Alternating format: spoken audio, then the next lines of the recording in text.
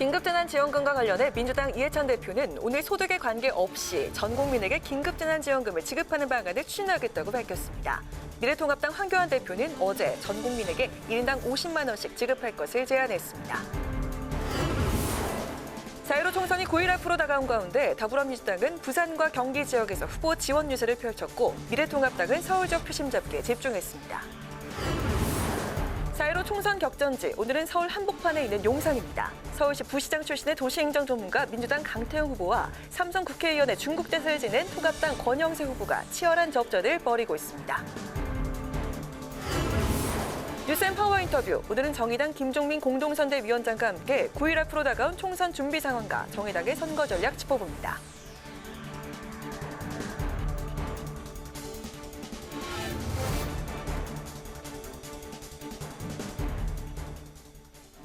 안녕하십니까. 4월 6일 의정종합뉴스 뉴스엔 시작하겠습니다. 네, 이제 선거가 9일 앞으로 다가왔습니다. 더불어민주당은 비례유성정당인 더불어시민당과 합동회의를 연 데 이어서 부산과 경기 지역 지원 유세를 계속했습니다. 미래통합당은 서울 유세에 집중하면서 정부의 경제 실정과 조국 살리기를 비판하는 데 주력했습니다. 보도에 양윤선 기자입니다. 더불어민주당과 위성정당 더불어시민당은 부산에서 합동회의를 가졌습니다. 공식 선거운동 시작 이후 수원과 제주에 이은 세 번째 회의입니다. 주말 사이 종로 유세에 집중했던 이낙연 선거대책위원장도 경기 북부 지역 민주당 후보 유세에 나섰습니다. 화두는 역시 코로나19 극복이었습니다. 누구도 미워하지 않고 여당 야당 가리지 않고 의견을 모아서 이 위기강을 가장 빨리 건널 수 있도록 혼신의 노력을 다하겠다는 약속을 여러분께 드립니다. 미래통합당 또한 위성정당 미래한국당과 함께 서울에서 선대위회를 열었습니다. 김종인 선대위원장은 황교안 대표가 후보로 나선 종로 지원 유세에 나선 등 서울 지역 접전지를 중심으로 표심 잡기에 집중했습니다. 현 정부의 경제 실적이 나빠 소상공인 등 서민들의 생활이 어렵다며 이젠 바꿔야 한다고 호소했습니다. 또 정부 여당이 경제보다 조국 전 법무부 장관 같은 현 정권 인사 살리기에 치중하고 있다고 주장했습니다. 국민의 마음속에서 이미 탄핵을 당해버린 조국을 살려야 되겠습니까? 그렇지 않으면 우리 소상공인 중소 자영업자들을 살려야 되겠습니까? 민생당 손학규 선대위원장은 안양, 광명 등 경기 남부 지역을 돌며 후보 지원 유세를 펼쳤습니다. 정의당은 코로나19로 인한 노동자 해고를 막자며 민주노총과 함께 위기 극복 공동선언을 진행했고 국토종주 6일째를 맞은 국민의당 안철수 대표는 전북 지역을 달리며 지지를 호소했습니다. 국회방송 양윤선입니다. 정부가 코로나19 긴급재난지원금으로 국민의 70%, 4인 가구에 최대 100만 원을 지급하기로 했는데 지급 대상을 전 국민으로 확대하자는 제안이 집권 여당에서도 공식 제기됐습니다.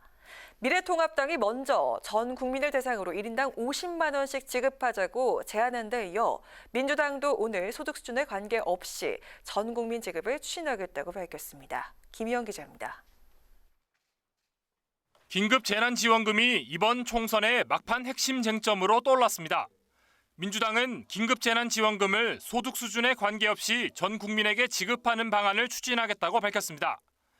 소득 하위 70% 가구에 4인 기준 100만 원을 지급하겠다던 기존 당정 합의를 수정하기로 한 겁니다. 기존 정부안을 토대로 전 국민에게 지급하려면 4조 원 정도의 추가 예산이 필요한데 구체적인 액수와 지급 시기는 총선 이후 정부와 협의하기로 했습니다. 선심성 공약이 될 수 있다고 우려했던 통합당은 입장을 선회해 전 국민 대상에 금액도 1인당 50만 원으로 올렸습니다. 대통령의 긴급재정 경제명령권을 발동해 일주일 이내에 지급하고 25조 원가량의 재원은 올해 예산을 재구성하라고 구체적인 지급 방안도 제안했습니다. 민생당에선 손학규 상임선대위원장이 통합당과 같은 안을 제안했고 다만 고소득층은 사후에 지원금을 환수해야 한다고 덧붙였습니다. 정의당 심상정 상임선대위원장은 모든 국민을 대상으로 개인당 100만 원씩 이번 달 안에 지급해야 한다며 더 많은 지원 금액을 제시했습니다.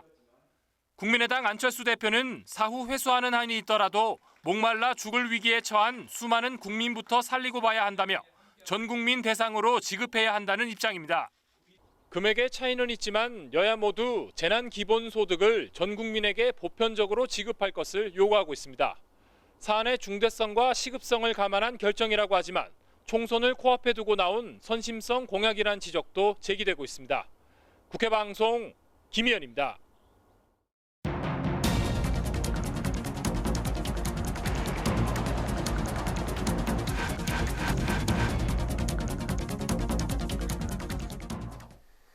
네, 4.15 총선 격전지를 찾아가는 시간. 오늘은 서울의 중심에 있는 용산입니다. 도시행정 전문가 출신의 정치 신인 강태웅 후보가 삼선 관록의 권영세 후보와 맞붙었는데 지금까지의 여론조사상으로는 접전 양상입니다. 한도영 기자가 취재했습니다. 노후주택이 많은 용산 시민들의 바람 중 하나는 주거 환경 개선입니다. 지금 30년 넘게 살았는데 재개발을 한다면 내려한테 재개발이 안 되네요. 용산 전자상가 등 쇠락한 단지의 소상인과 자영업들은 도시개발에 기대를 걸고 있습니다. 좀 계획적으로 깊이 생각하고 당리 당략 이런 걸 떠나서 진짜 이 도심지에 멋있는 도시를 만들 수 있는. 강태웅 더불어민주당 후보는 서울시에서 기획조정실장, 경제진흥본부장, 행정일부시장 등 30년간 도시행정을 맡았던 전문성을 앞세웁니다. 정치 신인이지만 행정은 누구보다 잘 알고 있다며 국제업무 지구개발, 용산공원 조성 등을 통해 용산의 발전을 앞당기겠다고 밝힙니다. 30년 근무한 행정의 경험이 여기 용산에 적용하여 용산의 개발 수요가 많이 있는데 이런 수요에 대해서 저는 누구보다도 적임자라고 저는 생각하고 있습니다. 강 후보는 전통적으로 보수세가 센 용산이지만 유권자들은 결국 용산을 위해 일할 수 있는 사람을 선택할 거라며 자신감을 내비칩니다.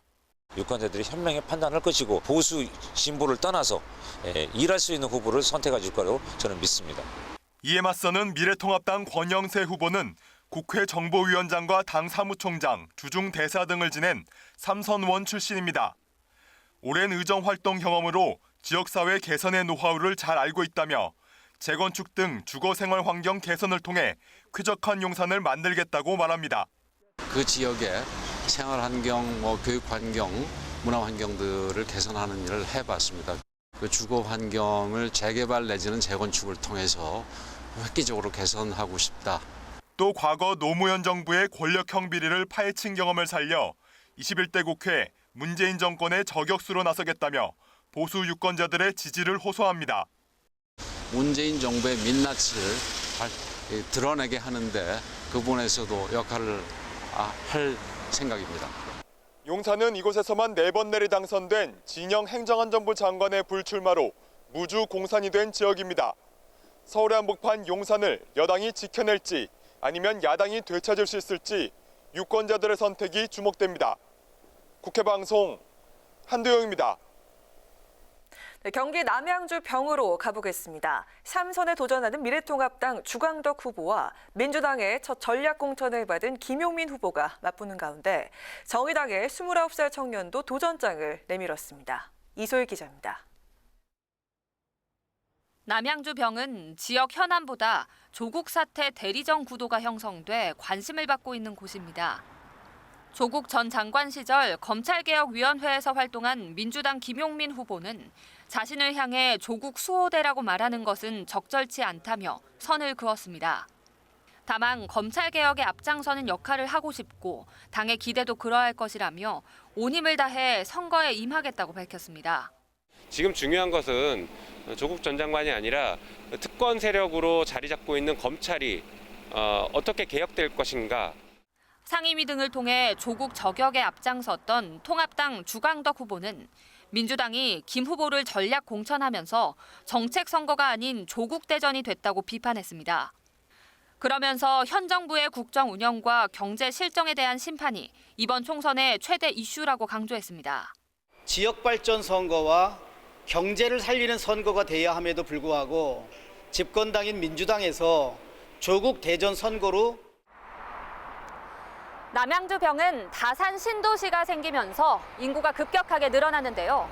그만큼 출퇴근길 교통 문제가 가장 큰 현안입니다. 지하철하고는 좀 배차 간격이나 이런 게 좀 뜨문뜨문 있잖아요. 이제 다산 쪽 부근에도 조금 이제 서울로 접근이 용이한 그런 노선이 마련이 됐으면 좋겠다는 생각.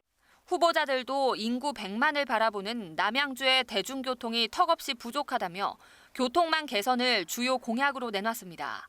지하철 5호선, 6호선, 8호선, 9호선을 남양주 지역에 연장시키고 GTX B 노선 지선을 우리 남양주 병 지역, 와부 지역으로 연결하는 것을 추진하고 있습니다. 9호선 남양주 연장은 구체적 사업으로 본다라는 정부의 답변을 이끌어냈습니다. 광역교통체계를 3선 상임위원장의 힘으로 정의당 장형진 후보는 교통망 확충보다 남양주를 자족도시로 만드는 게 더 시급하다는 주장입니다. 특히 다산 신도시 같은 경우에는 상가가 1층도 공실일 만큼 지역 경제도 같이 활성화시키면서 또 교통 문제도 완화시킬 수 있는 스마트 워크센터를 제안드립니다.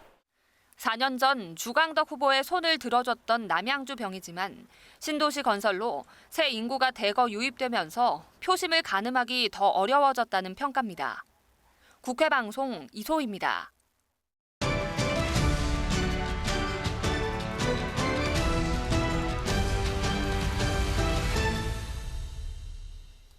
네, 이슈 분석 박지영, 임채원 기자와 함께합니다. 어서 오세요. 어서 오세요. 네. 앞서 리포트에서 언급한 대로 여야 모두 이제 코로나19 사태에 따른 지원책으로 긴급 재난지원금 지급 대상을 전 국민으로 확대해야 된다 이렇게 주장하고 있는데요. 임채원 기자, 청와대 지역에 대한 입장이나 답변 나왔습니까? 네, 아직까지는 이 재난지원금 지급 범위를 이제 전 국민으로 확대하는 것에 대한 청와대 입장은 아직 없는데요. 예. 네, 민주당도 청와대와 이제 사전에 협의한 것으로 보이지는 않습니다. 그러니까 이제 재정당국에서는 이 긴급 재난지원금과 관련해 가지고 이제 재정 건정성을 이유로 좀 부정적인 입장을 보이고 있는 것으로 알고 있는데요. 예. 정부가 전 국민에게 100만 원 가량을 지급하려면 50조 원 정도의 재원이 필요한데 이 재원을 마련하려면 정부는 대규모 국채를 발행을 해야 합니다. 예. 이렇게 되면 국가 채무 비율이 급격히 올라가고 국가 신용도에 타격을 입을 수밖에 없고요. 참고로 이번 1차 추경에서는 국채 10조 3천억 원을 추가 발행하면서 국가 채무 비율은 39.8%에서 41.2%로 40 넘었군요. 예, 그러니까. 넘어갔습니다. 현재 네. 민주당 입장은 기존 소득 70% 차등 지급을 전 국민 대상으로 이렇게 범위만 변경을 하는 거죠. 네, 지금 그 범위만 이제 전 국민으로 이제 확대를 하자고 하는 거고요. 네. 지급 금액은 기존 정부안과 같이 4인 이상 가구에서는 100만 원, 그리고 3인 가구는 80만 원, 2인 가구는 60만 원, 1인 가구는 40만 원입니다. 네, 다만 지급 액수는 여야 협상 과정에서 변동이 있을 수 있을 것 같은데요. 미래통합당과 그리고 민생당은 1인당 50만 원을 지급하자고 제안했기 때문입니다. 예. 이인영 원내대표가 전 국민 긴급 재난지원금 지급을 야당과 합의하겠다고 밝혀서 여야 협상 과정에서 지급 금액도 논의될 것으로 예상이 되는데요. 예. 긴급 재난지원금에 대한 여야 합의가 이루어지면 청와대가 이제 입장을 내놓을 것으로 보입니다. 근데 이제 요거랑 이제 좀 별개로 오늘 이제 청와대 이제 문재인 대통령이 이제 지급 대상의 이제 상세 기준과 상세 기준을 이제 또 공개를 하겠다고 했고요. 또 그리고 추경안도 최대한 빨리 마련을 해가지고 국회에 제출하겠다고 또 밝혔습니다. 네, 한때 뭐 건강보험 기준 나왔는데 다시 또 뭐 상세하게 기준 정하겠다 이런 얘기 나온다고요. 네, 박지영 기자, 황교안 대표 이제 국민에게 50만 원씩 주자라고 했었는데 그동안에는 이런 돈 현금 지급하는 것 관련해서 파퓰리즘이라고 좀 비판하는 쪽이었는데 입장 바꾼 거 아니냐 이런 지적도 나오고 있죠. 네, 오늘 미래통합당 그 포퓰리즘이 아니라 비상 응급 조치다. 이렇게 재난지원금에 대해서 설명을 했습니다. 예, 그동안 말씀하신 것처럼 돈 주고 표를 얻는 매표행위라고 비판해 왔는데 이렇게 좀 입장의 변화가 있었는데요. 예. 그 이유는 정부가 주겠다는데 반대만 하는 건 선거 판세에 불리하다고 판단을 한 것 같습니다. 대신 황 대표 이런 지급 조건을 걸었습니다. 대통령이 그 긴급 재정경제 명령권을 발동해 선거 4일 전인 12일까지 지급해 달라는 건데요. 이 긴급 재정경제 명령권 그 위기 상황에 국회 개의를 기다릴 여유가 없을 때 예산 집행 등에 사용할 수 있는 헌법에 보장된 그 대통령 권한입니다. 그렇잖아도 이거를 지금 보니까 김종인 선대위원장이 아주 강조했던 대목이기도 해요. 네, 그렇습니다. 이제 통합당 같은 경우에는 지급이 늦어지거나 요구가 받아들여지지 않으면 대통령과 정부 여당의 책임을 돌리면 되기 때문에 선거에서 불리할 게 없다라는 판단을 하고 있는 것 같습니다. 또 황 대표에게 그 김종인 총괄 선대위원장이 그 반대가 아닌 방식이나 규모 등에 대해서 더 좋은 대안을 내놓는 것이 바람직하다 이런 조언을 한 것으로도 알려져 있습니다. 네, 또 다른 야권들이 재난 기본소득 지급 방식을 두고서 조금씩 차이를 보이고 있는 것 같은데요. 네, 뭐 다른 야권들도 재난 그 지원금을 다 주자라는 공감을 하고 있습니다. 근데 방식에서는 조금씩 차이를 보이고 있는데요. 그 민생당은 모든 국민에게 1인당 50만 원씩 지급을 하고 정의당은 100만 원씩 주자고 밝혔습니다. 그 대신 연말정산 등을 통해서 사후적으로 고소득자에 한해서 지원금을 환수하자는 겁니다. 지급 시기는 4월이 가기 전에 신속하게 지급해야 한다고 밝혔는데요. 덧붙여서 정의상 그 심상정 대표는 이런 제안도 했습니다. 그 각 정당에서 다양한 안이 제출되고 있으니까 그 함께 만나서 위기 극복을 위한 국론을 모으자면서 대통령과 정당 대표 간 회담을 갖자고 밝혔습니다. 이처럼 그 여야를 막론하고 긴급재난지원금을 주자는 데에는 입을 모으고 있기 때문에 이 지급 시기가 최대의 관건이 될 것 같습니다. 네, 임채영 기자 또 이 얘기 좀 해보죠. 어제 이어서 오늘도 더불어민주당과 더불어시민당 공동 정책 공약을 발표를 했어요. 네, 이게 민주당과 이제 시민당은 원팀을 이렇게 강조하면서 공동 정책 공약을 지금 계속 발표를 하고 있는데요. 발표된 공동 공약들을 보면은 이제 코로나19 국난 극복. 네, 여기에 초점이 맞춰져 있습니다. 이걸 강조하고 있죠, 요즘요? 네, 맞습니다. 네, 오늘은 이제 경제 공약으로 민간 투자를 활성화하기 위한 초당적인 법안 마련을 약속했습니다. 이 자리에서 두 당은 21대 국회에서 민간 투자 활성화 법안을 마련해 코로나19 이후 새롭게 재편되는 시장 질서에 대비하겠다고 이렇게 강조를 했는데요. 이 밖에 국제기구 경제 전문가 네트워크를 활용한 정책 공조 강화와 그리고 코로나19 피해 기업들을 위한 금융지원 강화 등을 공약으로 제시를 했습니다. 이와 함께 오늘 오후에는 1년 미만 근속한 노동자에게도 퇴직급여를 지급하는 등의 이제 노동 분야 공약도 이제 발표를 했습니다. 또 5인 미만 사업장 노동자의 근로조건을 개시하는 노동존중 5.1 플랜과 비정규직 차별 시정제도 실질화 등을 이렇게 제안을 했습니다. 앞서 어제 민주당과 시민당은 이제 소상공인 지원 대책을 이렇게 1호 공약으로 내세웠는데요. 도시 계획 단계부터 복합 쇼핑몰의 입지를 제한을 하고 대형마트처럼 영업시간 제한과 의무 휴무일을 지정하겠다고 이렇게 밝혔습니다. 또 지역별 상권에 맞게 임대료 상한제 범위 안에서 적정 임대료 수율이 책정될 수 있도록 하고 또 환산 보증금을 이렇게 폐지한다는 계획을 발표했습니다. 네, 더불어시민당과 경쟁을 벌이고 있는 열린민주당이 12대 중점 공약을 발표를 했다고요? 네, 열린민주당은 이제 이순신 장군이 이제 12척을 강조를 하면서 이제 배로 나라를 이제 12척의 배로 나라를 네, 맞습니다. 구했다면서 이제 12개의 공약으로 이제 더 정의로운 나라를 만들겠다면서 이제 공약을 내놨는데요. 국회의원을 국민 투표에 붙여서 이제 국민 소환제 국민 투표에 붙여서 파면하는 국민 소환제, 임기를 또 3선까지 한정하는 제한법 제정 등의 이제 공약을 발표를 했습니다. 네, 생각해볼 부분 같습니다.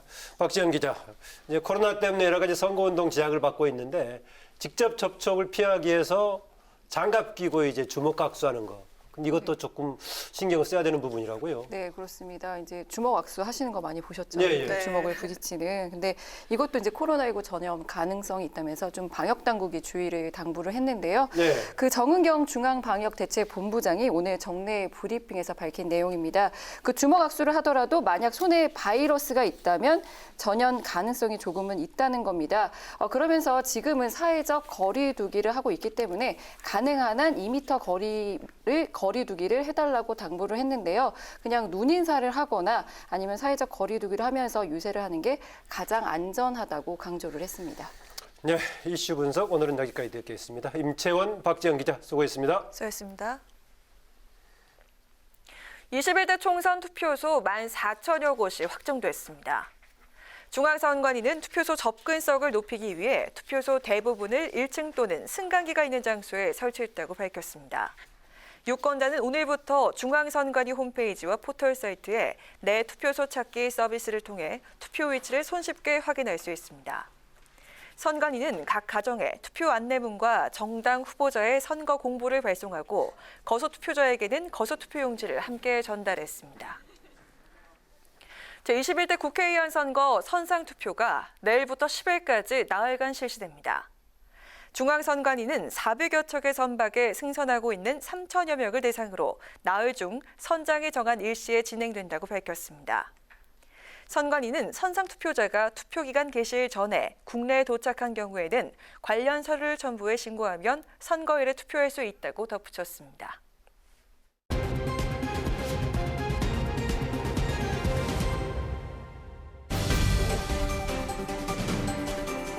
오늘의 정치 키워드 탑3 시간입니다. 4월 6일 정치면을 장식한 뉴스는 무엇이었는지 첫 번째 키워드부터 만나보시죠. 4.15 총선 공식 선거 운동이 시작되면서 후보자 가족들이 지원 유세에 뛰어들고 있습니다. 이번 총선에서도 배우자들의 내외조 경쟁은 물론 자녀들의 지원 사격도 만만치 않은데요. 후보자들의 뜨거운 가족에 유권자들의 관심도 덩달아 높아지고 있습니다. 90년대 인기 여배우인 심은하 씨가 선거 유세 현장에 등장했습니다. 바로 총선에 출마한 남편 통합당 지상욱 후보를 지원하기 위해서인데요. 갈색 코트를 입고 마스크를 낀 채 유세 현장에 등장한 심은하 씨. 직접 발언은 하지 않고 남편과 함께 유권자들에게 인사를 건넸다고 하고요. 심은하 씨의 깜짝 등장만으로도 현장에서는 유권자들의 시선을 끄는데 충분했다고 합니다. 한편 민주당 고민정 후보는 시인으로 알려진 남편이 유세를 돕고 있다고 하는데요. 고 후보는 자신의 SNS에 늘 제 편이 돼주는 남편, 또 함께 있는 광진 주민들이 있기에 4월은 분명 밝고 희망찰 것이라 믿는다며 남편에 대한 고마움을 드러냈습니다. 또한 자녀들의 지원 유세 경쟁도 뜨거운데요. 통합당 나경원 후보의 딸 김유나 씨는 엄마의 선거 유세 차량에 올라 시민들에게 지지를 호소하며 나 후보에게 힘을 실어줬고요. 민주당 김성곤 후보의 딸은 김성곤 첫째 딸이라는 문구가 새겨진 점퍼를 입고 지원 유세를 펼쳐서 화제가 되기도 했습니다. 총선이 코앞으로 다가오면서 후보 가족의 유세 지원 경쟁도 치열하게 펼쳐지고 있는데요. 1분 1초가 아까운 후보자들을 위해서 구원투수로 자청하고 나선 가족들의 지원 사격. 과연 선거 결과에 어떤 영향을 미치게 될까요? 이어서 오늘의 두 번째 정치 키워드입니다.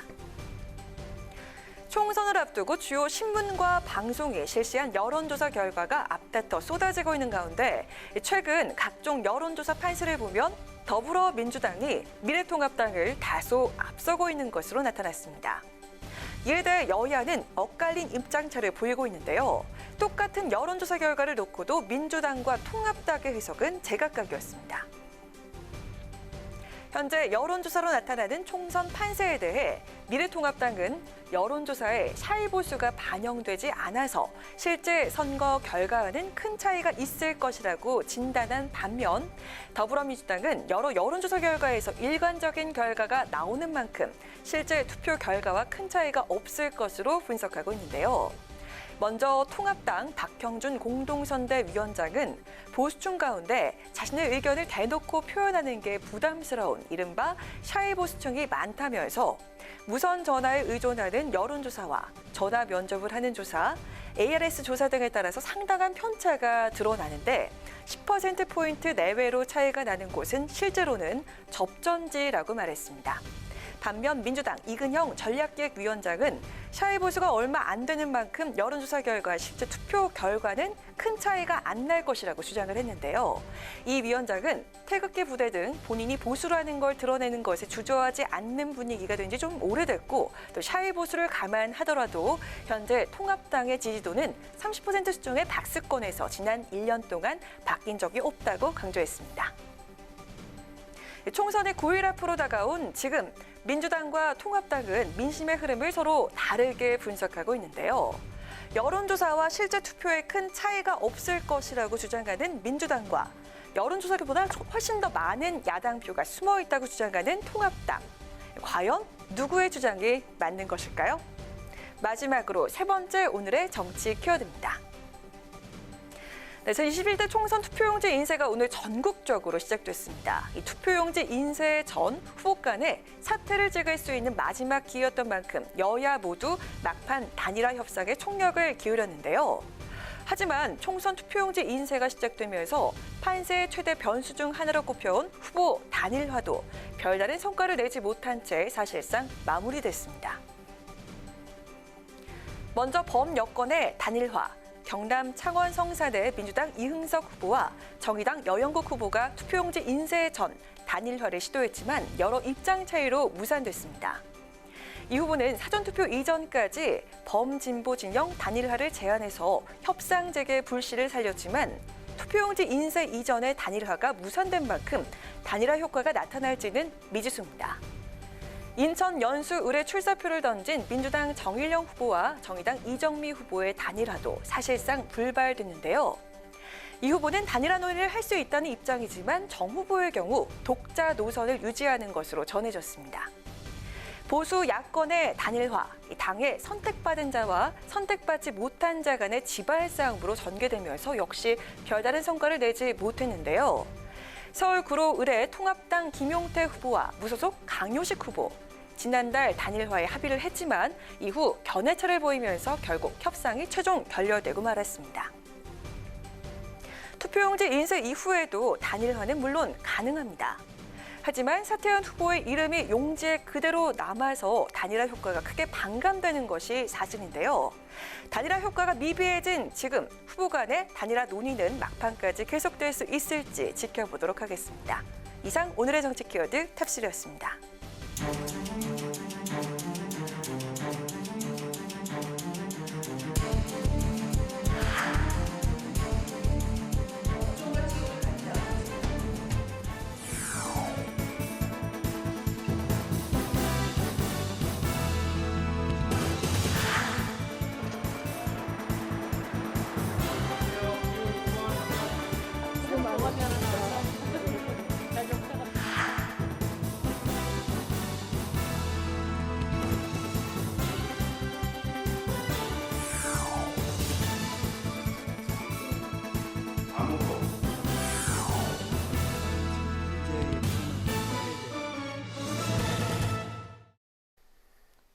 네, 이번 시간은 뉴스엔의 파워 인터뷰 코너입니다.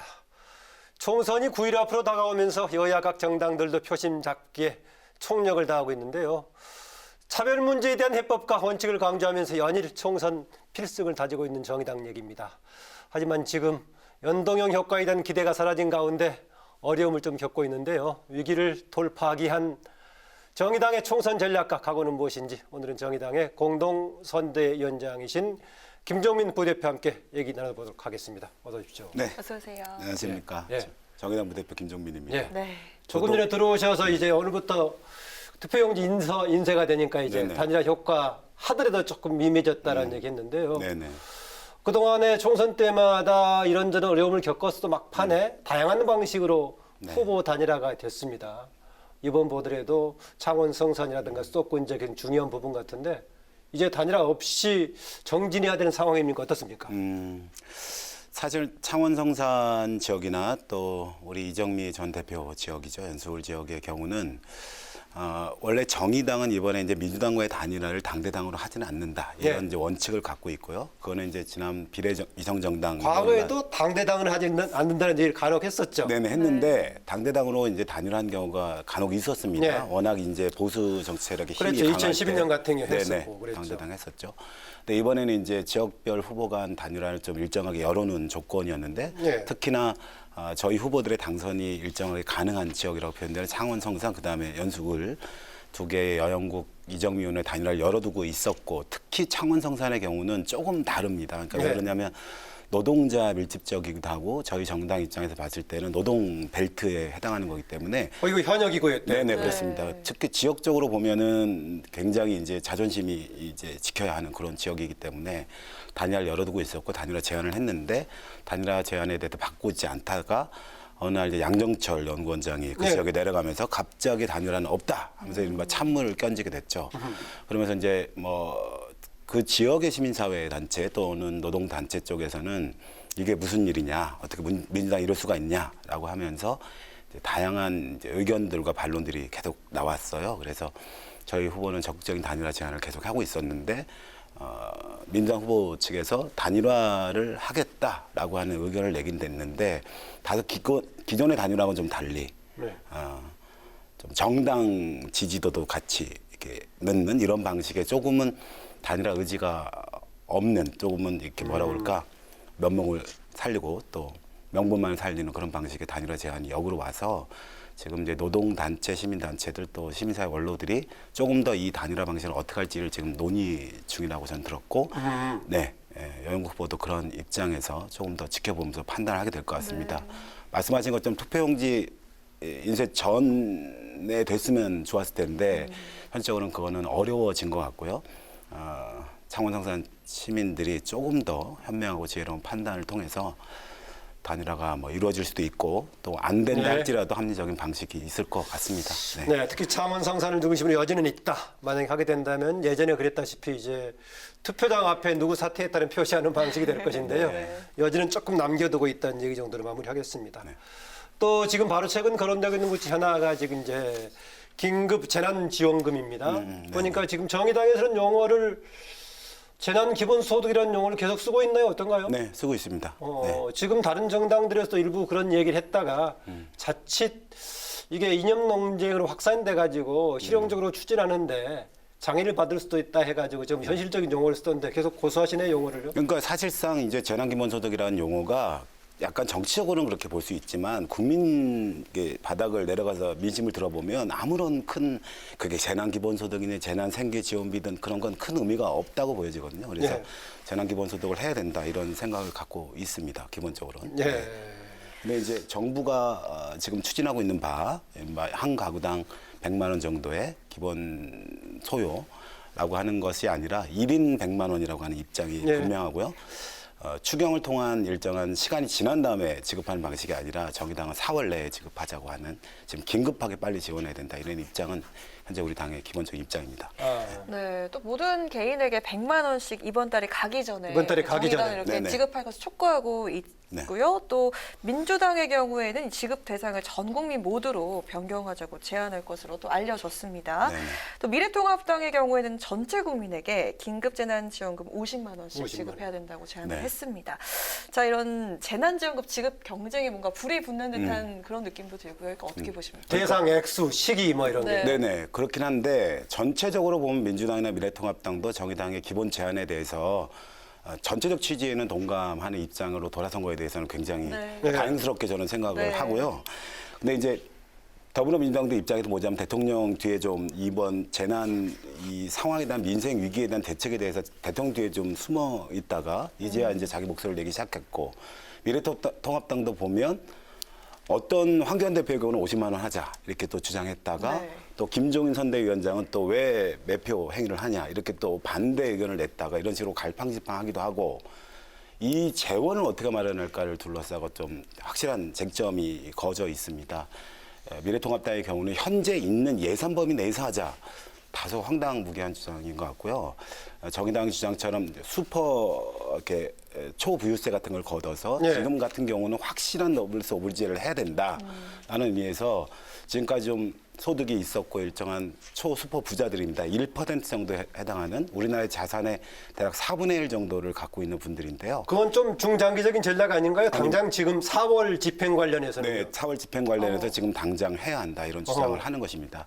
저희가 100조 정도 예산 추계를 지금 재난 기본소득을 포함한 플러스 사각지대에 대한 지원까지를 포함하면 중소상인에 대한 지원 이렇게 포함하면 대략 100조 정도 예산이 소요될 걸로 보고 있는데 그중 이 모든 100조에 해당하는 모든 돈을 다 국가의 어떤 채권 발행 등을 통해서 충당하기는 다소 좀 무리가 있다고 판단이 돼서 지금이야말로 예전 IMF 때 국민들이 일자리 쫓겨나고 또 중소기업 폐업하면서 나라와 기업을 살렸듯 지금의 초자산가들이 이럴 때일수록 부유세를 스스로 결정을 해주고 대통령도 역할을 해줘서 1% 초부유세를 내서 대략 한 그렇게 되면 39조 원 정도 저희가 소요 재원을 마련할 수가 있거든요. 스스로 결정해달라.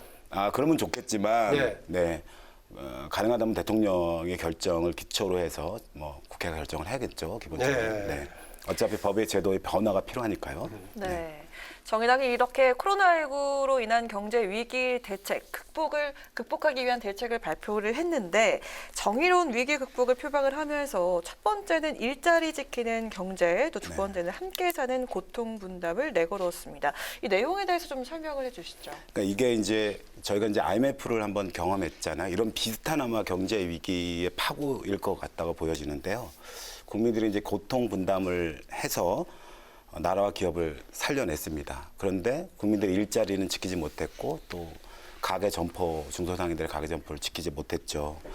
정의당은 이제 1인 100만 원 또 4월 안에 하자 이런 대안 이외에 중소상인들에 대해서는 임대료 3개월간 300만 원에 대한 긴급 지원을 해야 된다 이런 주장을 했고 부가세 특별 감면 또 세금 보험료에 대한 면제 실직 노동자, 사회재해약자, 또 이주민 등에 대해서는 월 300만 원 정도의 추가 지원 같은 게 필요하다 이렇게 생각을 했습니다. 네. 이를 위해서는 일정한 정의로운 고통 분담이 필요한데 그동안은 서민 노동자, 중소상인들이 그러한 고통 분담의 대상이 되었는데 이번에는 고위공직자, 정치인 그리고 슈퍼 부자들이 조금 고통 분담을 해야 된다 이런 주장을 하는 것입니다. 이를 위해서는 기업의 경우는 해고를 금지해야 된다. 그러니까 해고를 하는 경우는 단 1원도 기업이 지원하면 안 된다. 이런 입장에 대한 안을 냈고요. 두 번째는 슈퍼상위 1% 부자들에게 1%의 초부유세를 걷자.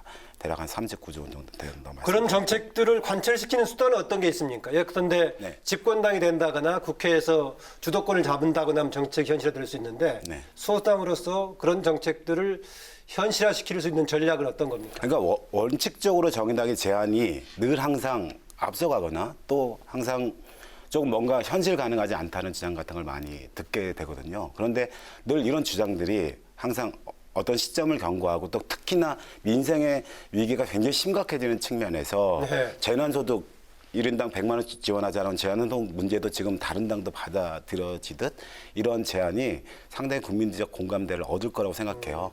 그럼 이 공감대의 기초에서 방법은 대통령의 긴급 재정명령 같은 방식으로 할 수도 있고요. 두 번째는 이제 법을 개정하는 방법이 있는데 가장 빠른 길은 대통령의 긴급 재정명령 방식으로 하는 것이 가장 빠르다고 저는 생각하고 있습니다.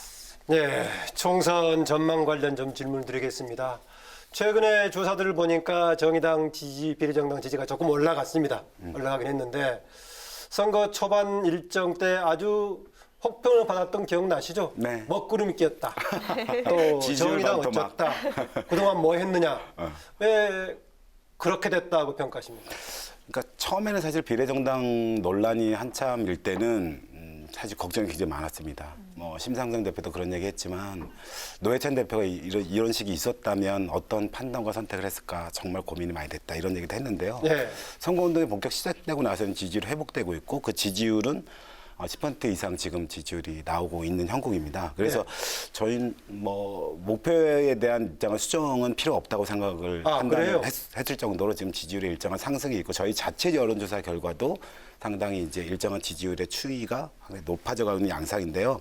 이거는 두 가지 이유가 저는 있기 때문에 지지율 상승이 된다고 봅니다. 그러니까 하나는 비례 위성 정당들이 아무래도 하고 있는 여러 가지 이제 민주주의의 기본 원리를 어겨가면서 하는 반칙 같은 걸 보면서 진보 개혁의 유권자들이 일정하게 좀 정의당의 원칙을 지켰던 거에 대해서 인정하는 게 아닌가라는 생각이 하나고요. 거대 정당에 대한 조금 뭔가 불만들이 점차 나올 거다라고 보십니까? 네네. 아니, 이미 나오고 있고 그런 양상이 두 거대 양당의 비례정당의 지지는 떨어지면서 조금 적은 저희 정의당 또는 열린민주당의 지지가 높아져가는 양상 같은 걸 보시잖아요. 그런 것들은 충분히 그렇게 그 원인으로부터 발생할 때 생각을 하고 하나는 진보개혁 유권자들뿐만 아니라 무당층으로 표현되는 중도에 있는 무당층의 유권자들도 원칙과 소신을 지켰던 정의당의 속마음 같은 걸 좀 알아주신다는 생각 들어요. 점점 무당층이 줄어드는 양상의 여론조사 지지율 결과를 보면 나오거든요. 그 지지율이 고스란히 정의당이 조금씩 옮겨오고 있다 이렇게 저희는 판단을 하고 있습니다. 네. 그래도 준연동형 비례대표제가 도입됐을 때만 해도 비례대표 얘기도 나오고 있었죠. 최대 15석 이상을 기대하면서 최대 수혜자가 되지 않을까 그런 생각이 들었는데 지금 민주당이랑 통합당이 비례정당을 만들면서 의석을 좀 가져가기가 쉽지 않아 보입니다. 어떻게 보십니까? 그러니까 20% 가까이 얻어야 10석 정도 얻을 수 있는데. 네네, 현실은 그렇게 됐고요. 저희가 그 시뮬레이션 해보니까 원래 국회 선거법, 네. 그러니까 비례정당 그렇게 계산하는 게 지금 현실적이죠. 예, 연동형 시절에 연동형이 아닌 시절에 병립형 시절에 저희가 지지율을 예를 들어 20% 받는다 그러면 병립형 시절에 받았을 대략 11석에서 12석 지금도 네. 똑같이 그런 정도 나오는 사실상 이런 어떤 연동형의 효과가 거의 사라진 이 양당 네. 양 기득권 정당의 그런 비례 위성 정당의 출현으로 그렇게 됐습니다. 그래서 일정하게 의석수에서 저희는 좀 일정한 손해가 좀 있더라도 네. 원칙과 소신을 지키겠다 이런 입장으로 목표는 나왔기 때문에 어느 정도 두고 있습니까? 저는 정당 지지율로서의 3당의 지위를 확고히 하는 것 이것이 3당. 굉장히 중요한 목표라고 생각을 하고요. 이런 원칙과 소신을 지킨 것에 대한 국민적 평가가 있다면 조금 더 높은 수준의 지지율, 이른바 30%가 넘는 지지율을 통해서 원내 교섭단체까지 국민들이 만들어 주신다면 저희는 일정하게는 이번 총선에서의 조금 의외의 효과를 또 의외의 결과를 얻지 않을까 이렇게 기대를 하고 있습니다. 심상정 대표는 앞으로 지지율 회복을 자신하는 모습인데요. 네. 이 반등된 지지율을 계속 끌어올리기 위한 이 당의 좀 전략이 있다면요? 그러니까 이제 크게 보면 두 가지 정도 저희는 생각을 했습니다. 하나는 이제 원칙과 소신을 지킨다는 것이 어쩌면은 좀 고집스러워 보일 수도 있고요. 어떨 때는 그렇게 보이기도 하지만 지금 같은 반칙과 뭔가 기득권 양당의 자기 의석수를 위해서 뭔가 꼼수를 부리고 계속 뭔가의 선거법의 위반 여부를 다투면서 계속 이렇게 임의 정치를 펼쳐내고 어떨 땐 적자 논쟁도 해가면서 말이죠. 서자 적자 논쟁도 해가면서 이런 모습을 보면서 굉장히 실망한 유권자들의 지지가 저희 당으로 올 거다라고 하는 생각이 있습니다. 말하자면 원칙과 소신을 지키는 것 그 자체가 우리 정당의 지지가 있을 거라고 생각했고 두 번째는 정세적으로 코로나 민생 위기가 닥치고 있습니다. 정의당은 늘 이제 노동자, 중소상인의 편에 서 있었고 특히나 민생에 위협을 받는 말하자면 해고 또 무급휴직 또는 폐업과 같은 극단적인 자신의 생존권이 없어져가는 그런 위기에 대한 두려움 또 공포가 일정하게 서민들 사이에 있다고 생각합니다. 그런 것들을 원칙 있게 지켜낼 수 있고 또 당당하게 그 주장을 할 수 있고 어떨 때 보면은 일상 시기에는 다소 과격하거나 과도한 주장일 수 있을지 모르지만 민생 위기 국면에서는 민생에 대한 대책과 고민은 확실하고 분명하고 누구 눈치 보지 않고 소신 있게 얘기할 줄 아는 정당 이런 정당에게 지지가 이어질 거라고 생각하고 저도 이제 은평 지역에서 이제 지역 후보로 열심히 뛰고 있는데 네. 중소상인들의 일정한 지지가 생각보다 상당히 회복되는 경향입니다. 그러니까 원래 저희가 40, 50대 또는 50, 60대 남성 유권자로부터 일정하게 비례정당 논란 때는 지지율이 좀 떨어졌단 말입니다. 왜냐하면 진보개혁 쪽에 좀 힘을 모아야 되는 게 아니냐라는 고민이었는데 지금은 중소상인들의 일정한 폐업 위기가 닥치기 시작하고 매출이 감소하면서 뭔가 정의당이 확고하고 분명한 민생 중심의 어떤 정책과 생각이 조금씩 지지를 얻어가고 있다는 생각이 들고 예. 바닥이 변하고 있다는 생각이 듭니다. 네, 아까 말씀하신 대로 그동안에 일관되게 고집스럽다 할 정도로 기득권 문제에 맞서고 또 반칙에 대해서 저항했다 이런 표현을 주셨는데 지금 아까 제가 선거 초반 때 정의당의 진로에 대해 먹구름 표현이 나올 정도였다는 얘기인데 달리 얘기하면 그동안의 문재인 정부 3년 기간 동안에 진보 정당으로서의 정의당의 역할이 국민들에게 특별하게 부각되지 못한 측면이 있었단 말이죠. 그거는 지 역할을 못해서 그런 겁니까? 아니면은 문재인 정부 때 정의당이 할 역할을 문재인 정부가 잘해왔기 때문에 그렇다고 보십니까? 둘 다가 사실이 있는데 저희가 이런 고민이 사실 있습니다. 민주당 이중대 아니냐 정의당 이런 얘기를 비판을 많이 받습니다. 그거는 보수 언론이나 보수 정당만 그런 거는 저는 아니라고 봅니다. 그러니까 진보개혁 유권자들 사이에서 또는 정의당의 지지율을 떠받치고 있는 지지자들 사이에서도 정의당이 대통령의 개혁과 변화를 적극 돕기도 하고 어떨 땐 끌어가기도 하는 역할을 주문을 해왔습니다. 그러다 보니까 어떨 때 대통령이 못할 때도 있단 말입니다. 부족할 때가 있고 개혁을 잘 추진하지 못할 때가 있고 특히 민주당이 반록 잡는 경우가 특히 많았습니다. 그럴 때마다 정의당이 비판적 문제의식을 던지면 그때마다 왜 대통령을 비판하는가에 대한 요구도 사실 있었다고 봅니다. 그런 측면에서 정의당의 지지율이 조금은 튼튼하지 못한 지지율이었다. 그래서 이번에는 정의당이 원칙과 소신의 입장에서 다소 민주당과는 다른 길을 정의당만의 길을 걷는다 할지라도 그래서 의석수의 일정한 변화, 의석수의 일정한 손해를 좀 감수한다 할지라도 원칙과 소신을 지키는 길로 감으로써 20대 국회와는 좀 다른 21대 국회에서의 존재감과 정의당만의 길 이런 것들을 찾아가고 만들어가는데 예. 제 역할을 할 거다 이렇게 말씀드립니다. 그렇게 말씀하셨는데 당의 청년 후보들은 모여서 그런 지적을 했습니다. 당이 너무 당의 정치적인 전략을 고려하다가 공정 문제에 대한 원칙을 지키지 못했다. 이 부분에 대해서 반성한다라고 했습니다. 네네. 그러니까 청년들은 그런 얘기를 당연히 저는 우리 당에서 해야 된다고 저는 생각합니다.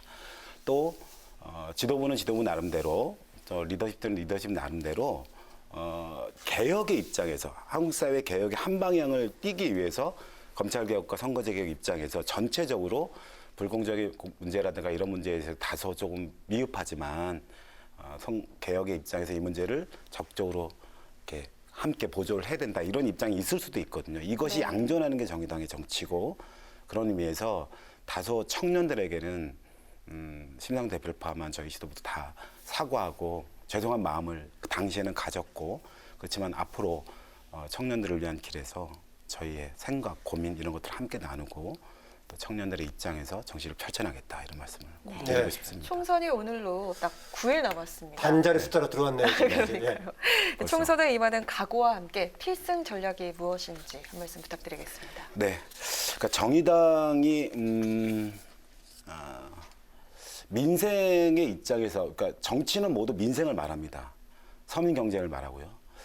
근데 정의당은 민생 중 적어도 최소한 해고는 안 된다는 입장을 갖고 있습니다. 그리고 폐업은 안 된다는 입장을 갖고 있습니다. 그런데 중소상인과 노동자들의 지금 해고와 또 폐업의 위기에 몰리고 있습니다. 제가 은평 지역 돌아다니는데 중소상인 실태 조사를 했어요. 그런데 일주일 후에 찾아갔습니다. 똑같은 상가를. 그랬는데 5곳이 폐업을 했습니다. 굉장히 안타깝고 굉장히 죄송한 마음이 들었고 또 참혹하기도 했습니다. 진보정당이 늘 정리해고 IMF 때도 정리해고 반대, 희망퇴직 반대, 비정직은 안 된다, 사회 양극화 올 거다, 안 된다 이렇게 얘기했지만 힘이 부족했습니다. 정의당도 그 이후에 상당한, 진보정당도 상당한 반성을 많이 했습니다.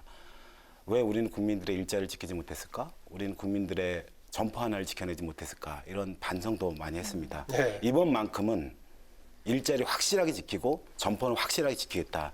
이런 말씀을 소중하고 한 분 한 분 만나 드린다면 아마도 국민들은 정의당을 지켜주실 거라고 저는 확신하고 그 마음을 믿습니다.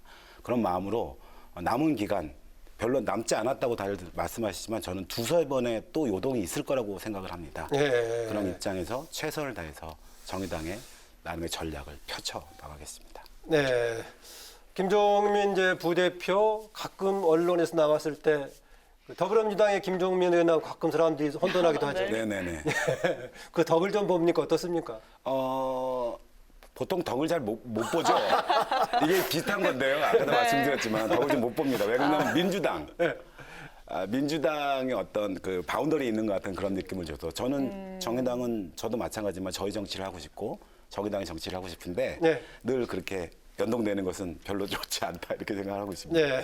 이번에 정의당에서 상당수 사람들은 이제 연동형, 준연동형에 대한 기대 때문이었는지 모르겠지만 비례를 많이 지망을 했어요. 네. 그런데 지금 지역구 은평 을인가요?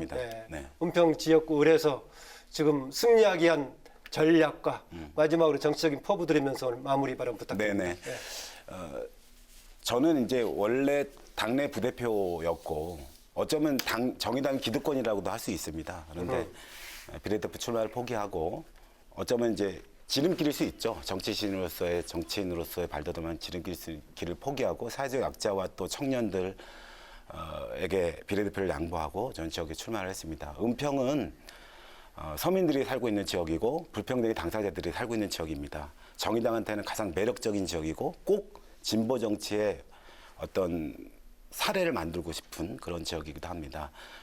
은평의 지역 유권자들이 소신이 있고 원칙 있는 정치에 대해서 알아줄 시간이 곧 다가오고 있다고 생각하고요. 은평 유권자들도 그러한 의미에서 정의당과 김종민의 마음을 충분히 이해하시고 함께 지지해 줄 거라고 확신을 합니다. 네. 김종민 위원장님 오늘 말씀 고맙습니다. 네, 고맙습니다. 네. 네, 뉴스엔의 파워 인터뷰 지금까지 김종민 정의당 공동선대위원장과 함께했습니다. 네, 내일도 전국이 대체로 맑은 가운데 오늘보다 더 따뜻해지겠습니다. 이번 주 맑고 포근한 날씨가 이어지겠는데요. 가벼운 산책을 하실 때는 사람이 붐비는 곳은 되도록이면 피해 주시고 다른 사람과 2m 이상 거리 두기 잊지 마시기 바랍니다. 네, 오늘 뉴스엔은 여기까지입니다. 국민에게 힘이 되는 국회를 위해서 내일도 뉴스엔이 함께하겠습니다. 시청해 주셔서 고맙습니다.